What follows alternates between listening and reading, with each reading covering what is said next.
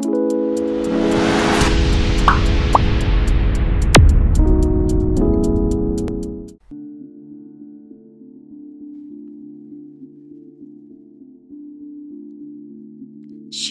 Bapak Ibu Saudara yang terkasih di dalam Tuhan. Renungan pada hari ini dengan tema berakar di dalam Kristus. Kolose 2 ayat 6 sampai ke 7. Kamu telah menerima Kristus Yesus Tuhan kita.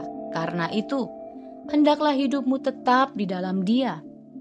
Hendaklah kamu berakar di dalam Dia dan dibangun di atas Dia. Hendaklah kamu bertambah teguh dalam iman yang telah diajarkan kepadamu, dan hendaklah hatimu melimpah dengan syukur. Efesus 3 ayat 16 sampai 17. Aku berdoa supaya Ia menurut kekayaan kemuliaannya menguatkan dan meneguhkan kamu oleh Roh-Nya di dalam batinmu, sehingga oleh imanmu Kristus diam di dalam hatimu dan kamu berakar serta berdasar di dalam kasih.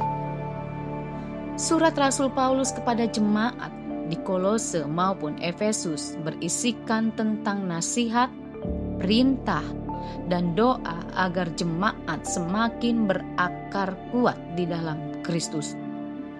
Alasan Rasul Paulus menuliskan surat ini adalah karena tantangan yang dihadapi jemaat, yaitu munculnya pengajaran palsu atau menyesatkan di sekitar mereka.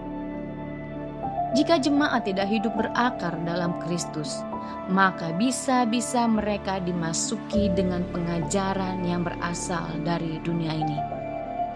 Sebagai pemimpin rohani tentunya tidak ingin jemaat menjadi tersesat. Karena itu Rasul Paulus tidak tinggal diam. Ia menyatakan dalam suratnya tentang ajaran kekristenan yang benar, dan bahwa ajaran-ajaran sesat yang muncul saat itu hanya akan menjauhkan mereka dari Kristus. Arti berakar itu sendiri adalah mendalam benar, berpegang teguh, atau dalam waktu yang sangat lama menetap di suatu tempat. Dengan kata lain, tidak berpindah-pindah. Tentunya menerima Yesus sebagai Tuhan dan Juru Selamat ini menjadi basic penting untuk kehidupan selanjutnya, yaitu kehidupan yang berakar kuat di dalam Kristus. Orang yang berakar kuat di dalam Kristus memiliki ciri-ciri sebagai berikut. Pertama, imannya semakin teguh. Ini bukan berbicara momen tertentu, tetapi gaya hidup kekristenan adalah kehidupan yang beriman kepada Allah secara terus-menerus. Iman di sini bukan iman yang pasif, tapi iman yang aktif. Iman bukan sugesti, tetapi seperti yang dikatakan dalam Ibrani 11 ayat yang pertama. Iman adalah dasar dari segala sesuatu yang kita harapkan dan bukti dari segala sesuatu yang tidak kita lihat. Iman akan teguh jika Kristus yang menjadi dasarnya.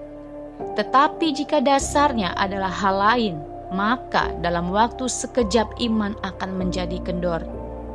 Sekalipun di sekitar banyak tawaran yang dapat menjauhkan dari Tuhan, namun orang yang berakar dalam Kristus tidak akan mudah diombang-ambingkan. Ciri yang kedua, hatinya penuh dengan ucapan syukur. Orang yang berakar kuat dalam Kristus, hatinya bukan dikuasai kecurigaan, kebimbangan, sungut-sungut, maupun kebencian, tetapi ucapan syukur kepada Allah, karena ia mengenal dengan sangat baik bahwa Allah turut bekerja dalam segala hal untuk mendatangkan kebaikan dan bukan kecelakaan. Ciri yang ketiga, dipenuhi dengan kasih. Sifat Kristus menjadi sifat orang yang berakar di dalam Dia. Mengapa? Karena ia selalu nempel dengan Sang Sumber. Orang yang berakar selalu menyerap semua yang berasal dari Sang Sumber, yaitu Kristus. ia semakin mengasihi Tuhan dan mengasihi sesama. Secara terus-menerus hatinya semakin dipenuhi dengan kasih dari Allah. Kiranya kita semua menjadi jemaat yang semakin berakar di dalam Kristus. Amin.